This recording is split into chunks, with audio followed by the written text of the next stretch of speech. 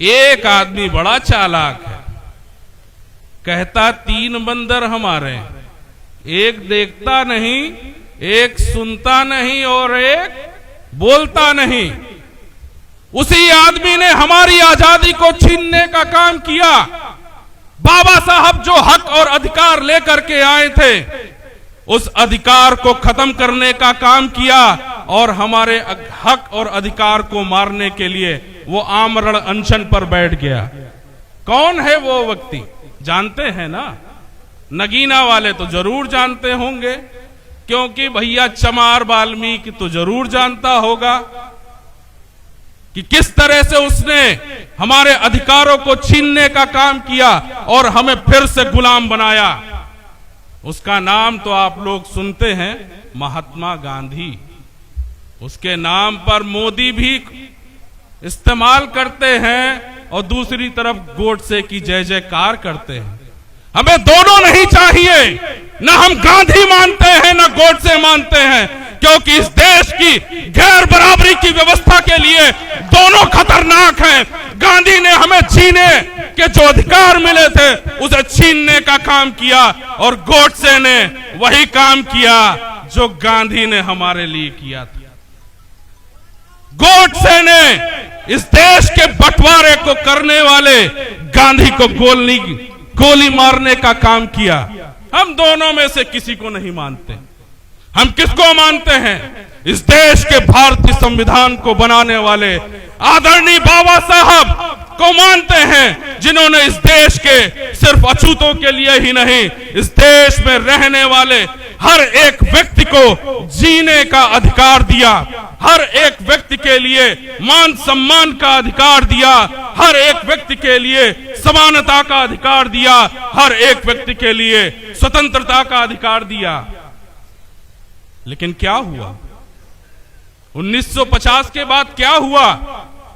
1947 में जब अंग्रेज हमारे देश से गए तो इस देश में दूसरे अंग्रेज आ गए जो गैर बराबरी की व्यवस्था को जिंदा करना चाहते थे। उन्होंने अछूतों और मुसलमानों से कहा कि अब आपको कोई सुनने वाला नहीं है, अगर आपको इस देश में रहना है तो हमें चुनना पड़ेगा। और ये वही कांग्रेसी हैं जिन्होंने 1952 में बाबा साहब डॉक्टर भीमराव अंबेडकर को हराने का काम किया। और कहते क्या थे? ये चमारों और महारों को हम संविधान में सभा में या संसद में जाने नहीं देंगे। इनको शर्म आनी चाहिए कि इस देश ही नहीं, विश्व का विशालतम संविधान बनाने वाले व्यक्ति को इन्होंने नकारने का काम किया। लेकिन आज अगर बाबा साहब जिंदा हैं तो इस संविधान की वजह से हम उस संविधान को जिंदा रखेंगे और इस संविधान को जिंदा करने के लिए आपके बीच में वो आवाज आ गई है, आपका वो जोश और खरोश आ गया है। आपके बीच में आदरणीय असदुद्दीन ओवैसी साहब आ गए हैं जो इस देश के संविधान को जिंदा रखने का काम करेंगे। आपने कांग्रेस को चुना, आपने 1952 के बाद से कांग्रेस को चुना, लेकिन कांग्रेस ने क्या किया? इस देश के मुसलमानों के ऊपर गोली चलवाने का काम किया। आपके इसी मुरादाबाद में ईदगाह में गोली चलवाई मुसलमानों के ऊपर। इसी कांग्रेस ने इस देश में हिंदू और मुस्लिम के नाम पर फिर से संप्रदाय दंगे कराने का काम किया।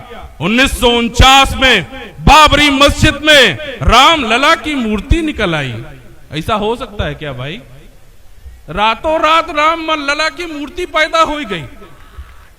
कौन है ये? वही कांग्रेसी हैं। ये वही कांग्रेसी राजीव गांधी हैं जो 1989 में बाबरी मस्जिद के दरवाजे को खोल करके बाबरी मस्जिद के नाम पर मुसलमानों पर अत्याचार करने का काम किया।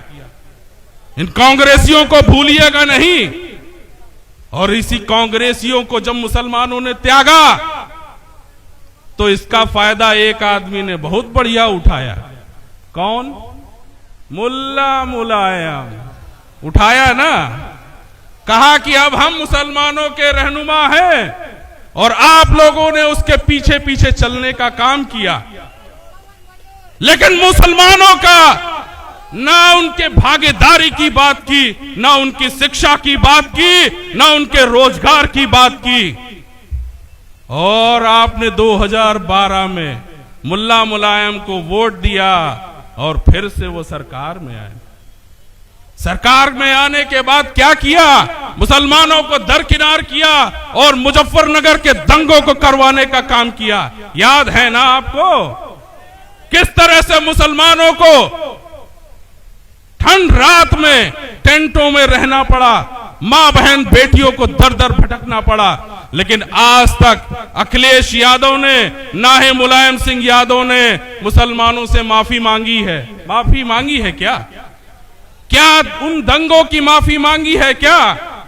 क्या अखलाक से लेकर के अल्ताफ की मौत पर अखिलेश यादव ने माफी मांगी है क्या? अगर आपको लगता है कि अखिलेश आपकी रहनुमाई कर सकते हैं तो इस भ्रम को अपने मन से निकाल दीजिए। अब मैं गुजारिश कर रहा हूं हमारी पार्टी की आन बान शान प्रदेश प्रवक्ता और जिस शख्स ने जब से पार्टी ज्वाइन की है अल्लाह की कसम उत्तर प्रदेश में धमाल मचा के रख दिया है, दलित समाज से आपका ताल्लुक है, पार्टी के प्रदेश प्रवक्ता और प्रदेश महासचिव जनाब डॉक्टर पवन राव अंबेडकर के सामने जोरदार तालियों से आप उनका इस्तेकबाल करें।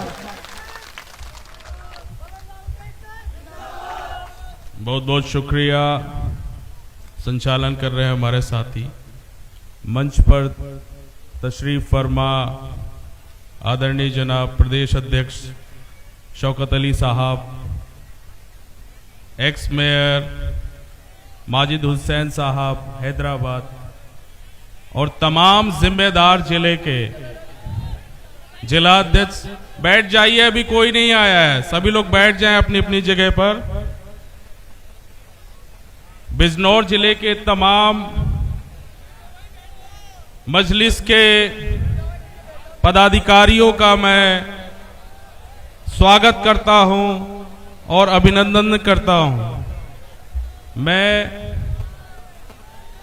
आदरणीय जनाब बैरिस्टर असदुद्दीन ओवैसी साहब का भी मैं नमन करता हूं और उनको याद करता हूं। आप सभी लोग बैठ जाएं। नगीना क्षेत्र के क्षेत्रवासियों की इस जोशो खरोश स्थिति को भी देखता हूं और गर्व महसूस करता हूं कि आज मैं आपके बीच में हूं और आप सभी नौजवान साथियों, सभी बुजुर्गों और सभी माताओं बहनों का भी मैं इस्तकबाल करता हूं और आप लोगों का खैर मकदम करता हूं। भारत का संविधान बनाने वाले बोधिसत्व बाबा साहेब डॉक्टर भीमराव अंबेडकर साहब को नमन करता हूं और उनको याद करते हुए कहता हूं कि आपके दिए हुए संविधान की बदौलत ही आज हम इस देश में जिंदा हैं और आपको याद करके हम गर्व महसूस करते हैं कि मैंने उस समाज में जन्म लिया है जिसमें आप जैसे महान महापुरुष पैदा हुए हैं। मैं आपको याद करता हूं। लेकिन समस्या बड़ी विकट है भाई। ये नगीना क्षेत्र तो आरक्षित क्षेत्र है। आरक्षित क्षेत्र में समाजवादी पार्टी का एक गुलाम पिछले 10 सालों से पड़ा हुआ है। बाबा साहब ने ऐसे गुलामों को जो है 1932 में धिक्कार दिया था। 1932 में बाबा साहब ने अंग्रेजों से वो हक और अधिकार छीनने का काम किया जिन्हें हमें सदियों से महरूम रखा गया। हमें गैर बराबरी की व्यवस्था के आधार पर साफ पानी पीने नहीं दिया गया, नदी या तालाबों के पास जाने नहीं दिया गया, हमें अच्छे घरों में रहने नहीं दिया गया, हम अच्छे कपड़े भी नहीं पहन सकते थे। बाबा साहब ने अंग्रेजों से वो मांग की कि हम इंसान हैं, हमें इस देश के कुछ गैर बराबरी के पसंद करने वाले लोग हमें जानवरों से भी बदतर रखते हैं। हमें जीने के अधिकार चाहिए। अंग्रेजों से बाबा साहब ने कम्युनल अवार्ड पाया और इस देश के अछूतों को गैर बराबरी की व्यवस्था से कुछ मुक्त करने का काम किया। लेकिन हुआ क्या? एक आदमी बड़ा चालाक है, कहता 3 बंदर हमारे, एक देखता नहीं, एक सुनता नहीं और एक बोलता नहीं। उसी आदमी ने हमारी आजादी को छीनने का काम किया। बाबा साहब जो हक और अधिकार लेकर के आए थे, उस अधिकार को खत्म करने का काम किया और हमारे हक और अधिकार को मारने के लिए वो आमरण अनशन पर बैठ गया। कौन है वो व्यक्ति? जानते हैं ना? नगीना वाले तो जरूर जानते होंगे, क्योंकि भैया चमार वाल्मीकि तो जरूर जानता होगा कि किस तरह से उसने हमारे अधिकारों को छीनने का काम किया और हमें फिर से गुलाम बनाया। उसका नाम तो आप लोग सुनते हैं, महात्मा गांधी। उसके नाम पर मोदी भी इस्तेमाल करते हैं और दूसरी तरफ गोडसे की जय जयकार करते हैं। हमें दोनों नहीं चाहिए, न हम गांधी मानते हैं न गोडसे मानते हैं, क्योंकि इस देश की गैर बराबरी की व्यवस्था के लिए दोनों खतरनाक हैं।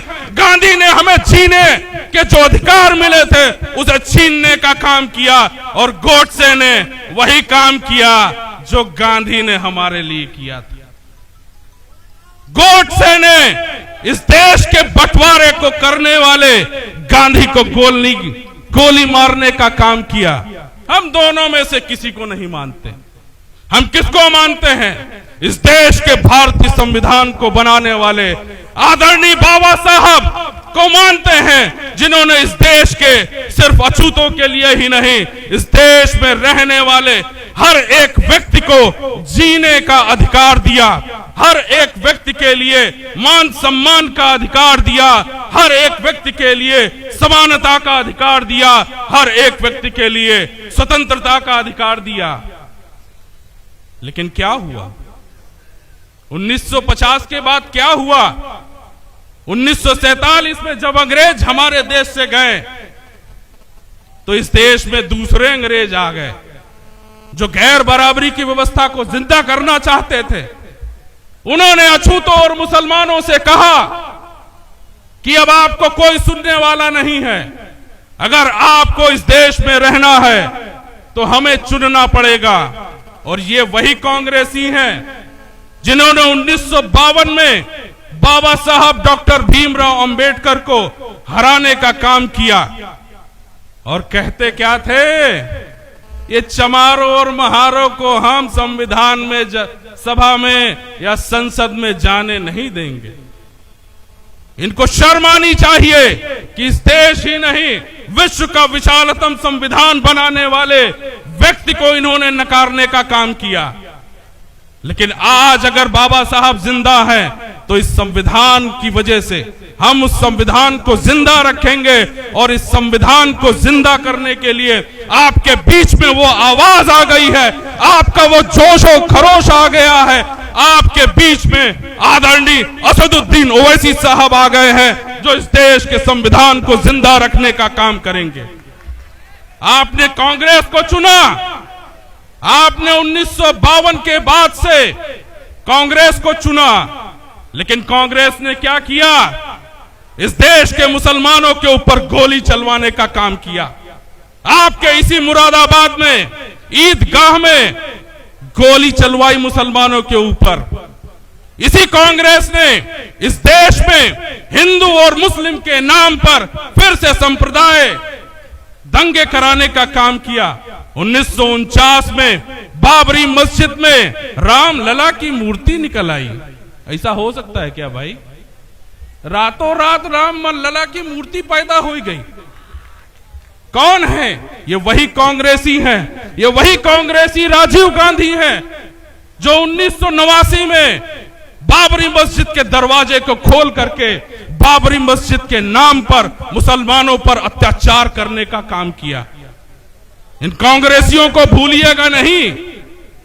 और इसी कांग्रेसियों को जब मुसलमानों ने त्यागा तो इसका फायदा एक आदमी ने बहुत बढ़िया उठाया। कौन? मुल्ला मुलायम उठाया ना। कहा कि अब हम मुसलमानों के रहनुमा हैं और आप लोगों ने उसके पीछे पीछे चलने का काम किया। लेकिन मुसलमानों का ना उनके भागीदारी की बात की, ना उनकी शिक्षा की बात की, ना उनके रोजगार की बात की। और आपने 2012 में मुल्ला मुलायम को वोट दिया और फिर से वो सरकार में आए। सरकार में आने के बाद क्या किया? मुसलमानों को दरकिनार किया और मुजफ्फरनगर के दंगों को करवाने का काम किया।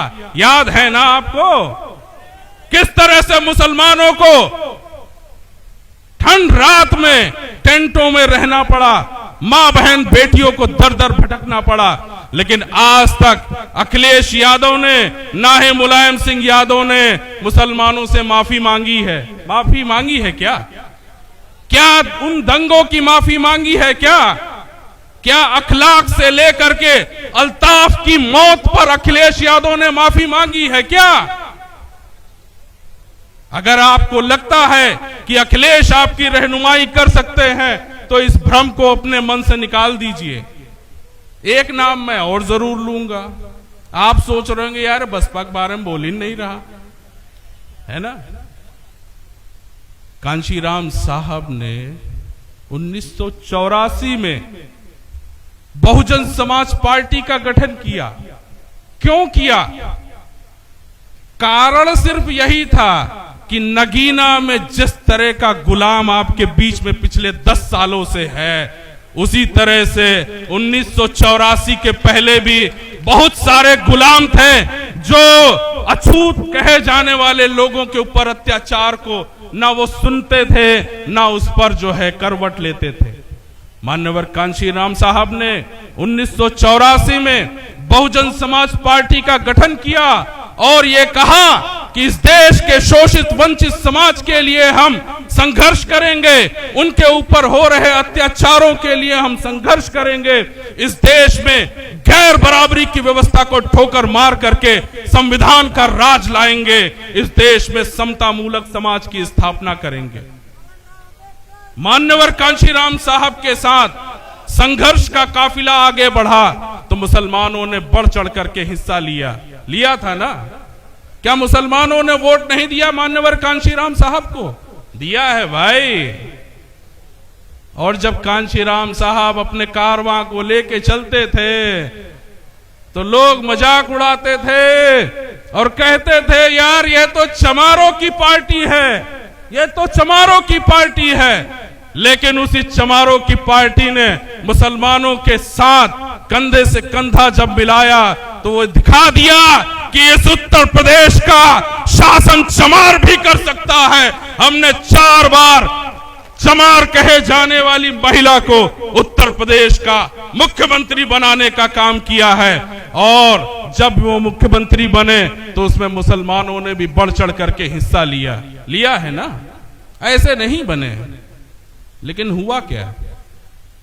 2007 में सोशल इंजीनियरिंग के नाम पर एससी, ओबीसी और मुसलमानों का वोट लिया गया और यह कहा गया और 2 नारे भी लगाए गए बढ़िया वाले, हाथी नहीं गणेश है, ब्रह्मा विष्णु महेश है।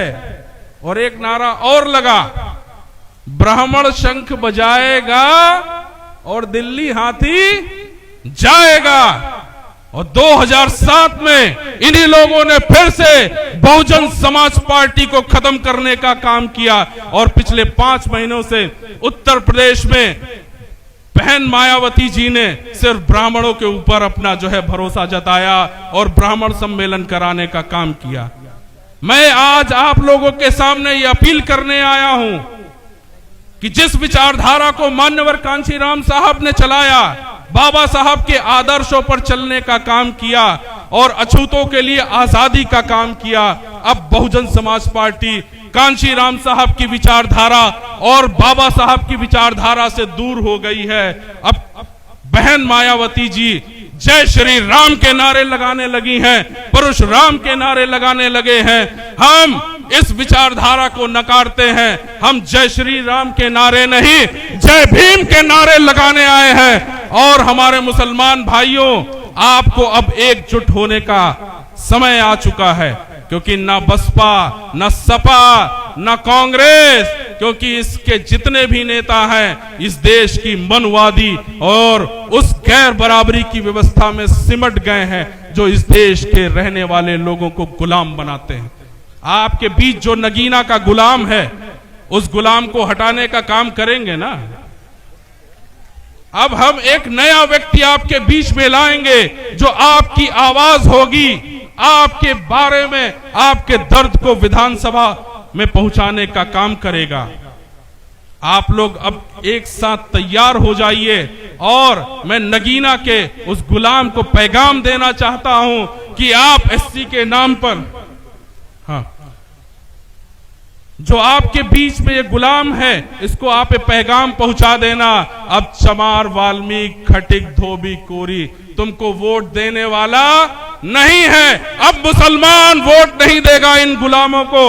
अब आपको ये तैयार कर लेना है कि आपका समय आप ही बनाने के लिए तैयार रहेंगे। अब क्योंकि समय बहुत कम है, हमारे बीच में आदरणीय ओवैसी साहब आने वाले हैं। बस तो आप लोग अपने आप को जब मुत्तहिद करेंगे, अपने आप को जब एक साथ करेंगे, तो मान्यवर कांशी राम साहब ने जिस तरह से अपने संघर्ष को चलाया, आप भी उस संघर्ष को आगे बढ़ाएंगे और आदरणीय असदुद्दीन ओवैसी साहब के हाथों को मजबूत करेंगे। मजबूत करेंगे ना। पतंग उड़ाने का शौक है कि नहीं? साइकिल चलाना छोड़ दीजिए, हाथी पे चढ़ना छोड़ दीजिए। हाथ का पंजा अब काम नहीं आएगा, फूल को लात मारने का काम शुरू करिए। अब हम पतंग उड़ाएंगे और इस नगीना की धरती पर हम हरे रंग का परचम लहराएंगे। बहुत बहुत शुक्रिया, आप सभी लोगों का बहुत बहुत इस्तकबाल करता हूं। अस्सलाम वालेकुम। जय भीम, जय मीम।